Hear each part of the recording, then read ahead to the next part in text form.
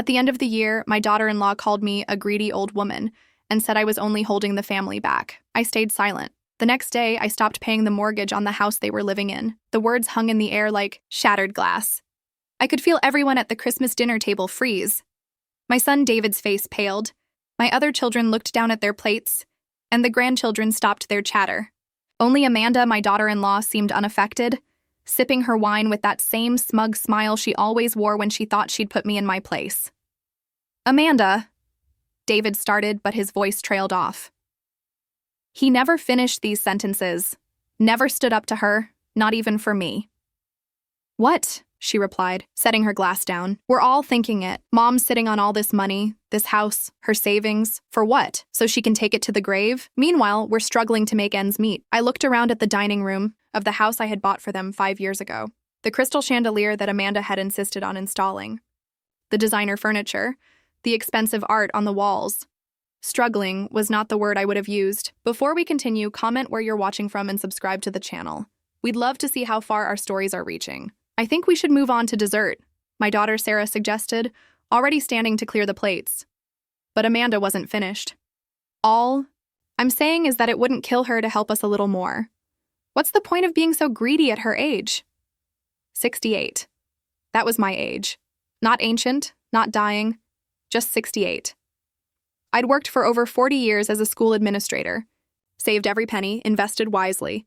After Harold died 15 years ago, I'd managed on my own, built a life for myself, and still had enough to help my children. I looked down at my hands resting on the tablecloth, the small scar on my right thumb from when I'd cut myself making David's birthday cake for his 10th birthday, the slight bend in my left pinky from when I'd broken it rushing to the hospital when Sarah had appendicitis. These hands had worked, had helped, had given. Greedy.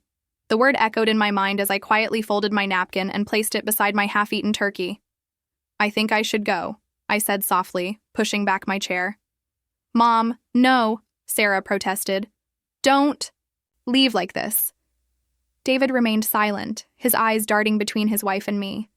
"It's getting late and it's starting to snow. I should get home before the roads get bad." I forced a smile that didn't reach my eyes. Dinner was lovely. "Thank you." I gathered my coat and purse, hugged my grandchildren, and walked out to my car, the sound of resumed conversation already floating through the closing door behind me. No one followed me out, not even David. The drive back to my small condo was quiet. The radio played Christmas carols, but I barely heard them. All I could hear was greedy old woman. All I could see was Amanda's face, so confident that she was right, and David's silence that told me whose side he was on. I pulled into my parking space and sat in the dark car for a long time, watching the snow gather on the windshield. The tears I'd held back at dinner finally came, hot and angry. This wasn't the first time Amanda had made her feelings clear. There had been comments over the years, little digs about my unnecessary frugality, jokes about me hoarding my fortune like a dragon, but tonight felt different. Tonight she'd said it plainly, in front of everyone, and no one had defended me. Inside my condo, I hung up my coat and sat in my favorite chair by the window, looking out at the snow-covered garden. The small 2-bedroom place was nothing like the sprawling house where I just had dinner. The house I still paid the mortgage on each month. The house that David and Amanda lived in rent-free because I wanted to give my son the security I'd fought so hard for. My mind drifted back to the days after Harold died. The insurance money barely covered the funeral. I had 3 children still in school, a mortgage of my own, and the overwhelming fear of facing it all alone. But I did it. I worked extra hours, took on consulting jobs during summers, and somehow kept us all afloat. When Sarah needed college tuition, I took out a second mortgage. When Michael wanted to start his business, I co-signed his loan.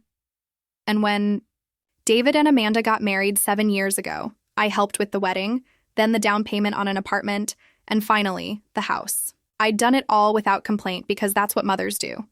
Because I loved them. Because I wanted them to have what I hadn't. And now I was greedy. The grandfather clock in the hallway, Harold's clock, the one thing I'd insisted on keeping when I downsized, chimed midnight. Christmas was over. I sat in the darkness a while longer, the only light coming from the street lamps reflecting off the snow outside. Finally, I reached for my laptop. The banking app opened with a cheerful holiday message across the screen. I navigated to the automatic. payment section and found the mortgage payment for 1487 Maple Street, David and Amanda's house. My finger hovered over the cancel recurring payment button. Was I being petty? Was I overreacting to one thoughtless comment made during a stressful holiday dinner?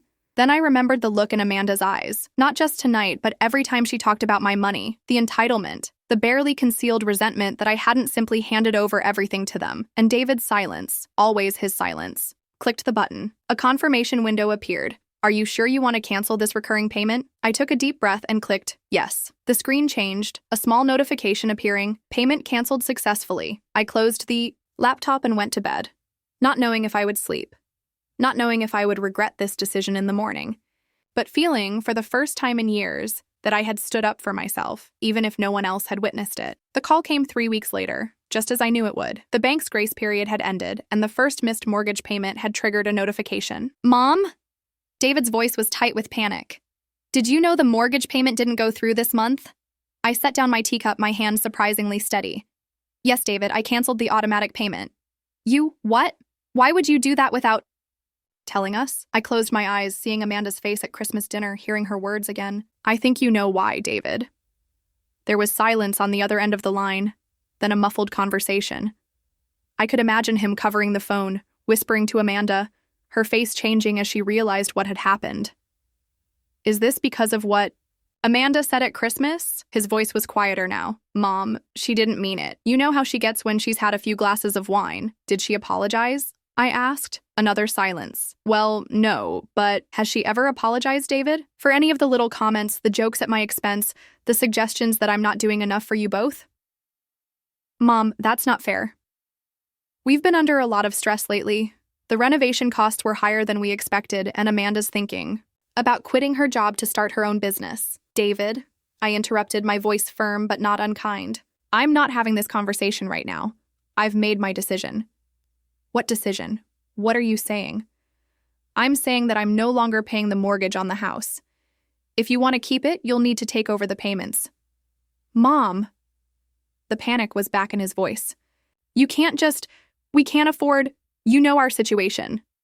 I did know their situation. I knew about the luxury SUV Amanda had insisted on leasing last spring. I knew about their 3 vacations this year. I knew about the private tennis lessons, and the club membership and the home theater system that cost more than my first car. I'm sorry, David. I've given this a lot of thought. It's time for you and Amanda to stand on your own feet. The phone call with David ended abruptly. I heard Amanda's voice in the background demanding to know what was happening, then David muttering, "I'll call you back, Mom," before hanging up. I set my phone down on the kitchen counter and took a deep breath.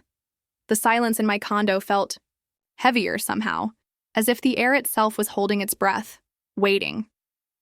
I knew what would come next. The storm was brewing. My phone buzzed again within minutes. Sarah this time. Mom, what's going on? David just called me completely frantic. I sighed. I'm guessing he didn't tell you the whole story. He said you suddenly stopped paying their mortgage, that they might lose the house. Mom, that doesn't sound like you at all. I moved to my living room window, watching a cardinal land on the bird feeder I'd set up last spring. Did he tell you what Amanda said to me at Christmas dinner? No. What are you talking about? Of course he hadn't. I recounted the evening, the insult, the silence from everyone including David. Oh, Mom. Sarah's voice softened. I had no idea. I was in the kitchen when she said that. I would have said something. Would she have? I wasn't so sure anymore.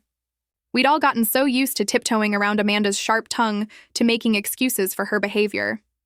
It wasn't just Christmas, Sarah. It's been years of little cuts. Comments about how I spend my money, jokes about me being cheap, suggestions that I should be doing more for them. And David never says a word. But Mom, cutting off the mortgage without warning? That seems extreme. The cardinal flew away, startled by something I couldn't see. Maybe it is. But I'm tired, Sarah. I'm tired of being taken for granted, of being treated like an ATM rather than a mother, of giving and never being enough. I understand, but do you? I asked gently.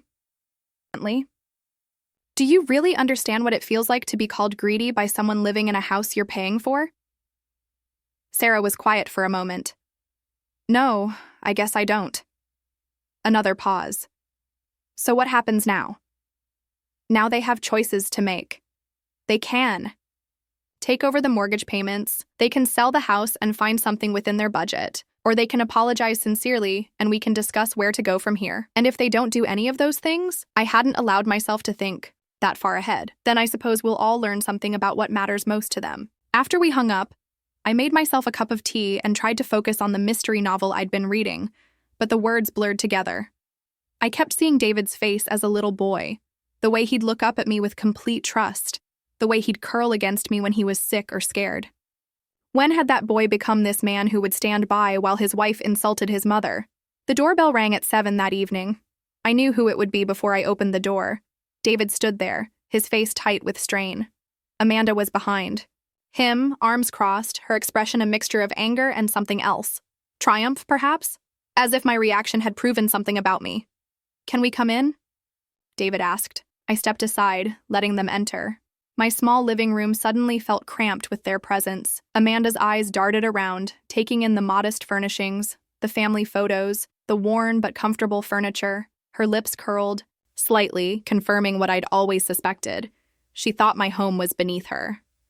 "Mom," David began, sitting on the edge of the sofa. "We need to talk about this mortgage situation." "Yes, we do," I replied calmly, taking my favorite chair. Amanda didn't sit. She remained standing, looking down at me. "I think what we need to talk about is why you'd make such a drastic decision without even discussing it with us first." I met her gaze steadily. "The same reason you felt comfortable calling me a greedy old woman at Christmas dinner, I suppose." David's head snapped up. "What? When did that happen?" Amanda's face flushed. That's not exactly what I said." "It's exactly what you said, Amanda. And you said I was holding the family back." My voice remained even. "Do you deny it?" She hesitated, clearly not expecting me to be so direct. "I might have said something like that, but you're taking it completely out of context. We were discussing family finances, and I simply suggested that there might be better ways to utilize your resources that could benefit everyone." "No, you called me greedy. In front of my children and grandchildren." David looked between us, confusion clear on his face. "I don't remember that." "You were sitting right there, David," I said softly. "You didn't say a word." He frowned, clearly trying to recall. There was a lot going on at dinner. The kids were loud, everyone was talking. "Stop making excuses," I said, my patience wearing thin. "This isn't just about one comment at Christmas. This is about years of disrespect, of entitlement, of treating me like I owe you everything and should expect nothing in return." Amanda's face hardened. "So this is punishment? You're risking our home, our stability, because your feelings got hurt? Your home?" I raised an eyebrow. "The home I put the down payment on? The home I've been paying the mortgage on for 5 years? That home?" "We've been making improvements," she shot back, "increasing its value. We've put in thousands of dollars. On renovations I never approved. Luxury additions you decided were necessary." David stood up, hands out in a placating gesture. "Look, we're getting nowhere like this. Mom, surely we can work something out. Maybe we could start contributing to the mortgage, take over gradually." Before I could respond, Amanda cut in. "We can't afford to take on that payment right now, David. You know that. You can't afford it," I repeated slowly. "Yet you just booked a 2-week vacation to the Amalfi Coast." David winced. "That's different. We've been planning that trip for—" "It's not different," I interrupted. "It's priorities, and I'm clearly not one of them." Amanda's face twisted into something ugly. "This is exactly what I meant at Christmas. You use your money to control us, to make us feel guilty, to hold power over us. By paying your mortgage and asking for basic respect in return?" I shook my head. "If that's control, Amanda, then perhaps you should be grateful to be free of it now." The room fell silent. David looked lost, caught between his wife and his mother, unwilling to fully side with either. Amanda's chest rose and fell rapidly, her anger palpable. "What do you want?" she finally asked. "An apology? Fine. I'm sorry if what I said hurt your feelings. Now, will you reconsider this ridiculous decision?" The insincerity in her voice made my heart ache. Not for myself, but for what my son had become entwined with. "That's not an apology, Amanda. That's a transaction. And no, I won't reconsider based on that." David's phone rang, breaking the tension. He checked it, frowning. It's Michael. He's calling about Mom too, I bet. He looked at me. Did you tell everyone about this?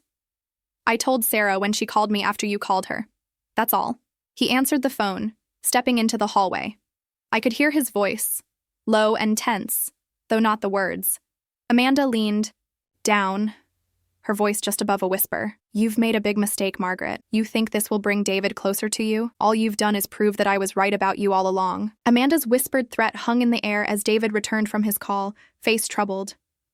Michael wants to come over, he said. He says we need to talk as a family. Amanda straightened immediately. Tonight? It's already late and we have that thing tomorrow morning. What thing? David asked, confused. The appointment, the important one I told you about. Her pointed look was transparent. There was no appointment. The doorbell rang, interrupting them. Michael stood on my doorstep, tall like his father, with Sarah behind him. We heard there was a family meeting, Michael said, entering without invitation. Seemed wrong to have it without the whole family. In the living room, Amanda's face hardened with displeasure. David looked ill. Well, Michael said, looks like we're right on time. Actually, Amanda started, David and I were just leaving. Sit down, Amanda, Michael said quietly but firmly. Surprisingly, she did. So, he continued, I hear you called our mother greedy, and now you're upset that she's stopped bankrolling your lifestyle. Amanda's eyes flashed. That is not what happened. This is between us and Margaret. That's where you're wrong, Sarah said gently. When you insult our mother, it concerns all of us. David shifted uncomfortably. Look, I think we're blowing this out of proportion. Just a comment? Michael turned to him. Mom's been paying your mortgage for 5 years, David, during which neither of you has offered to contribute. We've been getting established, David protested, building our careers. Yes, I've seen your improvements, Michael replied dryly. The home theater, the hot tub, the kitchen remodel that cost more than my first house, all while Mom lives here. He gestured around my modest condo. Michael, I chose this place. I like it, I said. That's not the point, Mom. Sarah took my hand. You've been incredibly generous, and instead of gratitude, you got insults. Amanda stood suddenly. This is ridiculous. You're acting like I'm some villain when all I did was speak the truth. Margaret is sitting on money that could help the family, but she hoards it. The room went silent. Even David looked shocked. Helping the family? I repeated slowly. Like I helped when your father died at 45 and left me with 3 children under 18 and a mortgage I could barely afford. I hadn't meant to dredge up the past I'd worked so hard to shield them from, but something had snapped. Do any of you know what it was like? I was making barely enough, suddenly responsible for everything. The mortgage, insurance, college funds, braces, sports equipment, prom dresses. Sarah squeezed my hand. She'd been 16 when Harold died. I took a second job grading papers on weekends, canceled our vacation for SAT prep courses, sold my wedding ring to pay for Michael's first semester when financial aid was delayed. Michael looked down. He hadn't known about the ring. When David got accepted to that engineering program, I remortgaged the house. When Sarah needed surgery, I cashed in. My retirement account? I turned to David, whose face had paled. Remember when you crashed your car senior year? How we miraculously had enough for another one. He nodded slowly. That was your college fund, David. I spent 2 years working overtime to replace it. Tears streamed down Sarah's face. Michael remained stoic, but his eyes were bright. Only Amanda seemed unmoved. I never told you because I didn't want you to worry. I wanted you to focus on your futures. And when you succeeded, that was all the reward I needed. I took a deep breath. So when you call me greedy, Amanda, for wanting to keep some of what I've earned after a lifetime of sacrifice, it's not just an insult. It's a complete misunderstanding of everything I am. The silence was profound. David looked stunned. Mom, he finally said hoarsely. I had no idea. Why didn't you tell us? Because that's what parents do, Michael answered. They shield their children, even when it costs them everything. Amanda stood. I need air. She left without looking at any of us. David looked torn, half rising to follow her, then sinking back down. I don't know what to say, Mom, he whispered. I'm so sorry. Don't be sorry, I told him. Just be aware. Just be aware. Aware of who has truly been there for you. Michael cleared his throat. So, what happens now? With the house? I don't know. David ran a hand through his hair. We really can't afford the mortgage. Then make changes, Sarah said. Cut expenses, find something within your budget. Or, Michael added, Amanda could stop treating Mom like a piggy bank and show some respect. David looked miserable. It's not that simple. You don't understand what she's like when… He stopped himself. When she doesn't get her way? Michael, finished. We've all seen it. How long will you let her behavior dictate your relationship with your family? The door opened and Amanda returned, composed but cold. The car's running, David. We should go. He hesitated. Mom, can we talk tomorrow? Just us? I nodded. Of course. He hugged me briefly, then followed Amanda like a man walking to his execution. When they left, Sarah exhaled. Well, that was intense. Michael snorted. That woman is a piece of work. I sank back, exhausted. It's gotten worse over time. In the beginning, she was just particular. Then after they moved into the house, something changed. And David just goes along with it? Sarah asked. He's caught, I said sadly. He wants to please her, and somewhere along the way, he forgot how to stand up for himself. Michael shook his head. He needs to make a choice. Soon. After they left, I stood in my quiet condo, feeling hollow. I'd never intended to share so much, had always wanted to protect them. But maybe that had been a mistake. I picked up a photo, Harold, holding baby David, his face full of pride. What would you do? I whispered. As always, there was no answer, just decisions I would have to make alone. My phone buzzed with a text from David. We need to talk tomorrow, alone. I spent the morning in a strange state of calm. Something had shifted last night. A truth long buried had finally surfaced. I felt lighter somehow, despite the tension still hanging over my family. The coffee shop David suggested was quiet, tucked away in a corner of town I rarely visited. I spotted him at a table by the window, alone as promised. His face looked drawn, with dark circles under his eyes suggesting a sleepless night. Mom? He stood as I approached, awkwardly leaning in for a hug that felt more formal than familiar. David. I sat across from him, noticing the untouched coffee already waiting for me. Thank you for meeting. He nodded, fidgeting with his cup. About last night. I don't even know where to start. Maybe with the truth, I suggested gently. He met my eyes briefly before looking away. I had no idea about all those things you did for us. The ring, the retirement account. Why didn't you ever tell me? What would have been the point? You were children. It was my job to handle those things. But all these years I've been, he trailed off, unable to finish. Taking advantage, I offered. I don't think you meant to, David, but yes, you have. He winced. I didn't see it that way, I thought you wanted to help us. I did.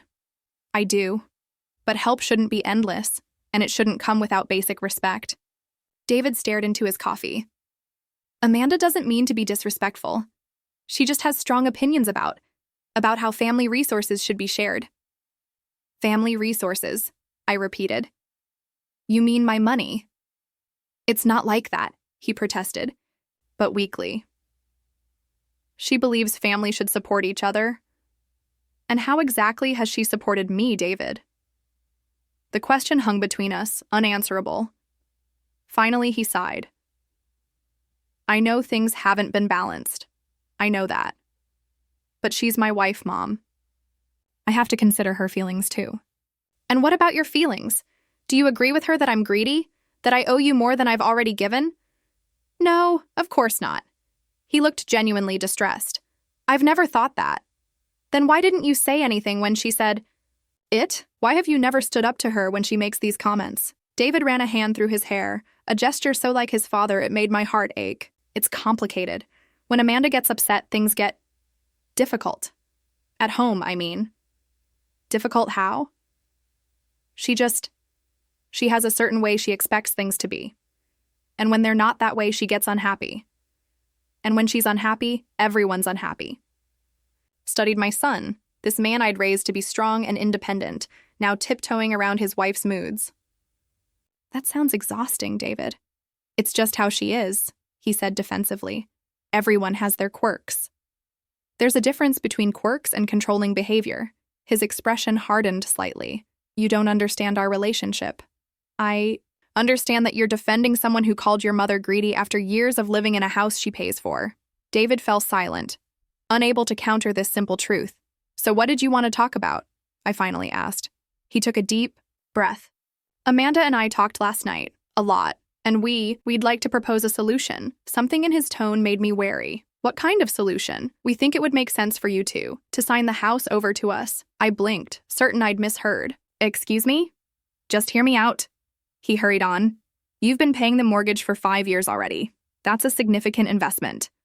If you signed it over, we could refinance, take on the payments ourselves.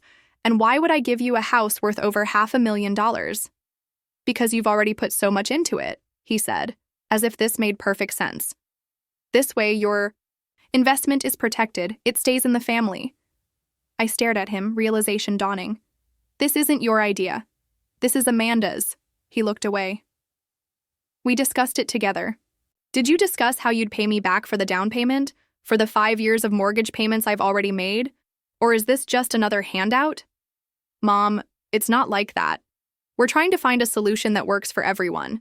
A solution where I give you a house for free, and in return I get. What exactly? David shifted uncomfortably. Well, Amanda suggested that we could name you in our will. The house would come back to you if anything happened to us. The absurdity of it almost made me laugh. So your wife, who's at least 30 years younger than me, is generously offering to leave me a house in her will? It was just an idea, David mumbled. No, David, it was a manipulation. A very transparent one. His face flushed. That's not fair. We're just trying to get what you want without any real sacrifice. I finished for him. The answer is no. Mom, please just think about it. Amanda is really upset about this whole situation. I'm sure she is. But her feelings don't entitle her to my property? David's expression turned pleading. If you could just talk to her, maybe work something out. I'm not the one who needs to work something out, David. Your wife called me greedy while living in a house I pay for. She needs to apologize sincerely, not demand more from me. And if she does, will you reconsider the mortgage? I studied my son, wondering when he'd become this person I barely recognized. An apology given to get something in return isn't an apology. It's a transaction. He stood abruptly. I knew this was pointless. You've already made up your mind. About giving? You a free house? Yes, I have. That's not what this is about, and you know it, he snapped. This is about you being hurt and wanting to punish us. Is that what Amanda told you? His silence was answer enough. David, I love you, but I won't be manipulated, not even by you. The house has a mortgage that needs to be paid. Either you and Amanda take over the payments, or you sell it and find something within your means. And if we can't do either, then I suppose you'll have some difficult decisions to make. He stared at me for a long moment, then turned and walked out of the coffee shop without another word. I sat there, my coffee gone cold, feeling hollow. This wasn't how I'd wanted things to go. I'd hoped for understanding, for a genuine conversation about respect and boundaries. Instead, I'd gotten a clumsy attempt at manipulation. My phone buzzed with a text from Sarah. How did it go with David? Before I could respond, another text came through, this one from Amanda. You're tearing this family apart with your selfishness. I hope you're satisfied. I turned off my phone and walked home slowly, the winter sun pale and distant overhead. I wasn't satisfied. I was heartbroken. But for the first time in years, I was also certain that I was doing the right thing. When I reached my condo, there was a voicemail from Michael. Mom, just checking in. Sarah told me David was meeting you today. Call me when you can. And Mom, whatever happened, you're doing the right thing. Stand your ground. At least 2 of my children understood. That would have to be enough for now. I made myself a cup of tea and sat by the window, watching the birds at my feeder. A cardinal, bright red against the winter landscape, landed briefly, then flew away, free. That evening, my doorbell rang. I opened it to find Sarah standing there, a bottle of wine in one hand and a grocery bag in the other. I thought you might need company, she said simply. I stepped aside to let her in, grateful beyond words. I talked to David, she said, unpacking the bag. He told me about their proposal. I swear, the nerve of that woman never ceases to amaze me. It's not just Amanda, I sighed. David went along with it. Sarah shook her head. He's not thinking clearly. He's caught in her web and can't see his way out. I don't know what to do, Sarah. I don't want to lose my son. You're not losing him, Mom. You're standing up for yourself. There's a difference. As we prepared dinner together, my phone rang again. David's number. Sarah raised an eyebrow questioningly. Not tonight, I said, declining the call. Whatever it is, it can wait until tomorrow. And for the first time in a very long time, I put my own peace of mind first. 2 weeks passed without a word from David. The mortgage payment came due again, and again it went, unpaid. I checked my bank account each morning, half expecting to see that David had found a way to make the payment himself, but there was nothing. Michael called regularly, keeping me updated on family gossip. David and Amanda have been telling people you cut them off completely, he reported during one call, making it sound like you canceled their health insurance or something, not just stopped paying for their luxury home. Let them talk, I said, surprised by my own calm. The truth will speak for itself. Sarah visited often, bringing groceries or simply sitting with me while we watched old movies. She never pushed me to reconcile with David, understanding somehow that this wound needed time. Have you thought about what you'll do if they don't take over the payments? She asked one evening. The bank will eventually foreclose, I replied. But that takes time. They still have options.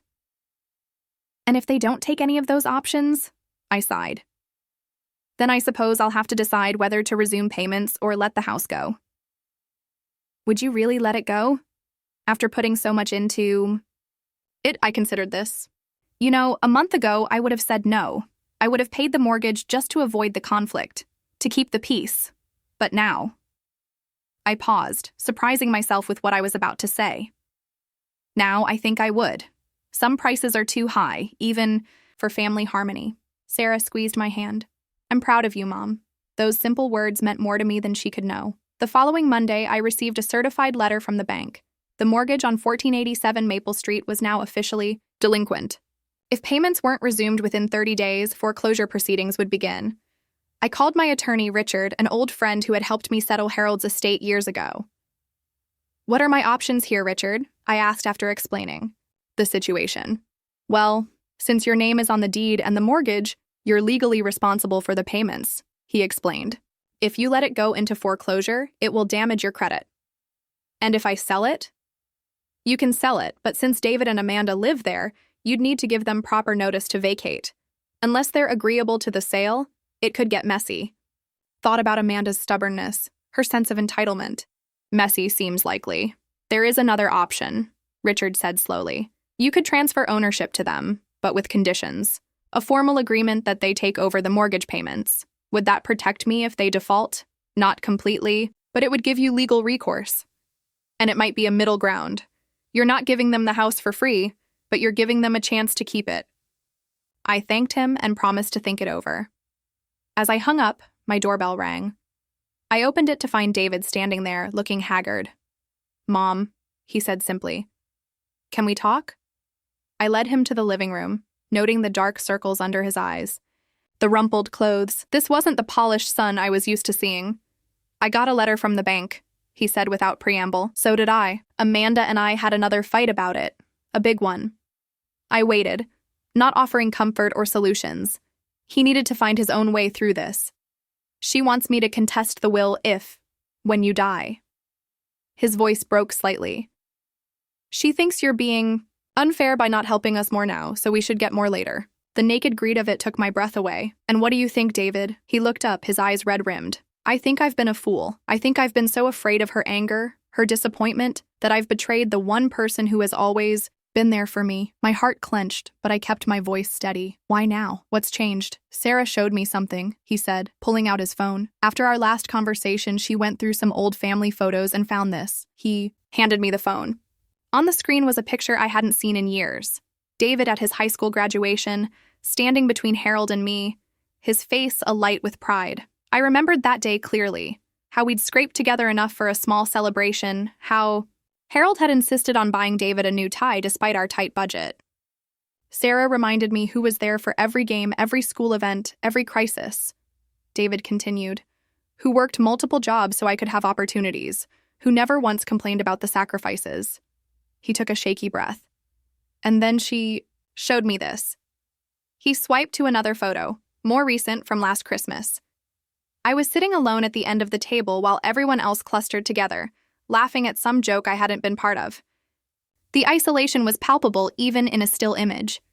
"I didn't even notice," he whispered. "I didn't see what was happening right in front of me." I set the phone down, my throat tight. "David, no, please, let me finish. I've been a terrible son. I've let Amanda's demands become more important than your feelings, your dignity. I convinced myself it was about keeping the peace. But really, it was cowardice." He looked at me directly, his eyes clear despite the tears. "I'm not asking you to pay the mortgage again. That's not why I'm here. I'm here to say I'm sorry. Truly. Sorry. And to tell you that Amanda and I are separating." I stared at him, stunned. "David, I never wanted— This isn't because of you, Mom. Or not only because of you. This has been building for years. Her treatment of you was just the final straw. The house, the money, those were symptoms of a deeper problem, which is that I've been living someone else's life, making choices based on fear rather than what I know is right." He took my hands in his. "I'm moving out this weekend. Sarah said I could stay with her until I figure things out." I squeezed his hands, feeling their slight tremor. "What about the house?" "I told Amanda she can stay there until it's sold. I'll help her find a new place if she needs it. But I can't keep living like this, pretending everything is fine when it's so clearly not." I pulled him into a hug, feeling his shoulders shake, as he finally let go of the tight control he'd been maintaining. My son, my little boy, finding his way back to himself. When he'd composed himself, he asked tentatively, "Would you come with me? To pick up some of my things? I don't think I can face her alone right now." "Of course," I said without hesitation. As we drove to the house that had become the center of so much conflict, David filled me in on the past 2 weeks. How Amanda had refused to consider downsizing, insisting that I would eventually come to my senses. How she'd begun telling friends and family that I was punishing them out of spite. How he'd finally seen the pattern of manipulation that had defined their relationship from the beginning. "She wasn't always like this," he said. "Or maybe she was, and I just didn't want to see it. Either way, I can't do it anymore." We pulled into the driveway of the beautiful colonial I'd helped them buy. It looked the same as always. Perfectly maintained exterior, manicured lawn, the expensive landscaping Amanda had insisted on. But now I saw it differently, not as a home, but as a symbol of expectations and entitlements that had nearly cost me my son. Amanda's car wasn't there, a small mercy. David unlocked the door and we stepped into the foyer with its marble tiles and crystal chandelier. "I'll just grab some clothes and important papers," he said. "I won't be long." As he disappeared upstairs, I stood in the living room, looking at the life they'd built. The space was beautiful but cold somehow, like a showroom rather than a home. There were few personal touches, no family photos, no mementos, just expensive furnishings arranged for maximum impact. My gaze landed on a small side table by the window, the only piece I recognized from David's childhood. It had been in his room when he was growing up, a simple oak nightstand Harold had refinished himself. Somehow, it had survived Amanda's numerous redecorating projects. I ran my hand over the smooth wood, remembering Harold sanding it in our garage, David watching, wide-eyed as his father taught him how to apply the finish. Some things couldn't be bought, couldn't be replaced with newer, more expensive versions. David came downstairs with a duffel bag and a small box. "Got everything I need for now. The rest can wait." As we headed toward the door, it opened. Amanda stood there, shopping bags in hand, her expression changing from surprise to cold anger as she took in the scene. "Well," she said, her voice brittle, "I see you brought reinforcements." "Amanda," David said, his voice steady, "I didn't expect you back so soon." She stepped inside, letting the door close with a deliberate click. "Clearly, what's going on? Why is she here?" "Mom's helping me get some things. I told you I was moving out." Amanda set her shopping bags down slowly. "I thought we were still discussing that." Her tone was controlled, but I could see the tension in her shoulders. "There's nothing left to discuss," David replied. "I've made up my mind." Amanda's gaze shifted to me, eyes narrowing. "I see. And I suppose you had nothing to do with this?" David stepped between us. "This isn't about Mom. This is about us. About how you've been treating my family, How you've been treating me. The way I've been treating you? Amanda's voice rose. I've done nothing but support you, push you to be better, to want what you want, David interrupted. That's not support, Amanda, that's control. Her face flushed. So you're choosing her over me? I'm choosing myself, David said quietly. For the first time in a long time, Amanda's composure slipped momentarily. And what about the house? Our home? We'll have to sell it. Neither of us can afford it on our own. Sell it? After all the work we've put into it? We don't have a choice. Mom's not paying the mortgage anymore. Amanda turned to me, her voice almost pleading. Margaret, surely we can work something out. This is our home. I looked at her, seeing beyond the entitlement, a genuine fear of loss. Amanda, I never wanted to take your home. I just couldn't keep supporting a household where I wasn't respected. I respect you, she said quickly. No, you don't, I replied, not unkindly. You see me as a resource, not a person with feelings. She flinched. That's not true. You called me a greedy old woman, I reminded her gently. You said I was holding the family back. Amanda looked to David, hoping he would contradict me. I was upset. It was one comment. It wasn't just one comment. It was years of small cuts. Years of treating my generosity as an obligation. She had no response. We stood in silence. I should go, I said to David. No. David touched my arm. We're leaving together. Amanda stepped forward. If you walk out that door with her, don't bother coming back. David looked at her for a long moment, then picked up his bag. Goodbye, Amanda. As we drove away, I felt her watching from the window. Despite everything, I felt a pang of sadness for her. Are you okay? I asked David. He exhaled deeply. No, but I will be. The next few weeks blurred together. David stayed with Sarah. While looking for an apartment, Michael helped move his remaining things. Amanda surprisingly didn't fight the inevitable. The house went on the market, priced to sell quickly. I signed papers transferring my interest to David, who would split the proceeds with Amanda after paying the mortgage. It wasn't what any of us expected, but it felt right. A clean break. 1 month later, I received a letter. The handwriting was unfamiliar, but the return address told me everything. Margaret, I'm writing to apologize. Not because David asked me to, and not because I want anything from you, but because I need to say this for myself. You were right. I did see you as a resource, not a person. I was so focused on what I thought we deserved that I never considered what you had already given. The truth is, I've always been afraid of not having enough, afraid of being disappointed. That's not an excuse for how I treated you. There is no excuse. David and I are finalizing our divorce. The house has sold and I'm moving to Chicago. I won't ask for forgiveness. I haven't earned it.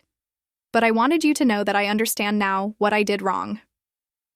Amanda folded the letter carefully.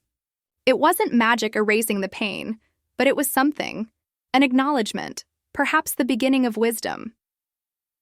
3 months later, I sat on the patio of a cafe in Charleston, watching sailboats glide across the harbor. Sarah sat across from me, relaxed in a way I hadn't seen in years. This place is perfect, Mom, she said. I can see why you fell in love with it. I smiled, feeling the warm breeze. Your father and I always talked about retiring here. We came for our 10th anniversary and promised we'd return someday. And now you have. She squeezed my hand. I'm so proud of you. My phone buzzed with a text from David. Landed safely. Can't wait to see you both. Dinner still on for 7? I smiled as I responded. He had found his footing again. A new job, a comfortable apartment, a life rebuilt on his own terms. We spoke. Nearly every day now, our relationship stronger than before. Do you ever regret it? Sarah asked. Standing your ground that day? It changed everything. I thought about the past 6 months. The pain, but also the healing that followed. No. It was hard but necessary. Sometimes love means setting boundaries, even when it hurts. Well, I'm glad you're here now. This vacation was long overdue. Vacation. The word made me smile. It had been decades since I'd taken a real vacation, always too busy working, saving, providing for others. But here I was, in a city I'd always loved, with my children joining me. The decision to come hadn't been spontaneous. After the house sold and legal matters settled, I found myself with something unexpected. Freedom. Freedom from mortgage payments that weren't mine. Freedom from expectations I could never meet. Freedom to use my resources in ways that brought me joy. I'd called Sarah one evening, an idea forming. What would you think about a family trip? Somewhere beautiful. And so here we were. Michael would join us next week with his family. David was arriving today, eager to explore and spend time together. As we prepared to meet him, a deep peace washed over me. The past year had been one of the hardest of my life, forcing me to confront painful truths about my family and myself. But it had also transformed me. I was no longer the woman who would stay silent when called greedy. No longer the mother who would sacrifice her well-being for a false peace. I had found my voice, my boundaries, my worth. The future stretched before me, full of possibilities I hadn't allowed myself to imagine. Travel, hobbies, friends, joy, not just existing as someone's mother or provider, but living fully as myself.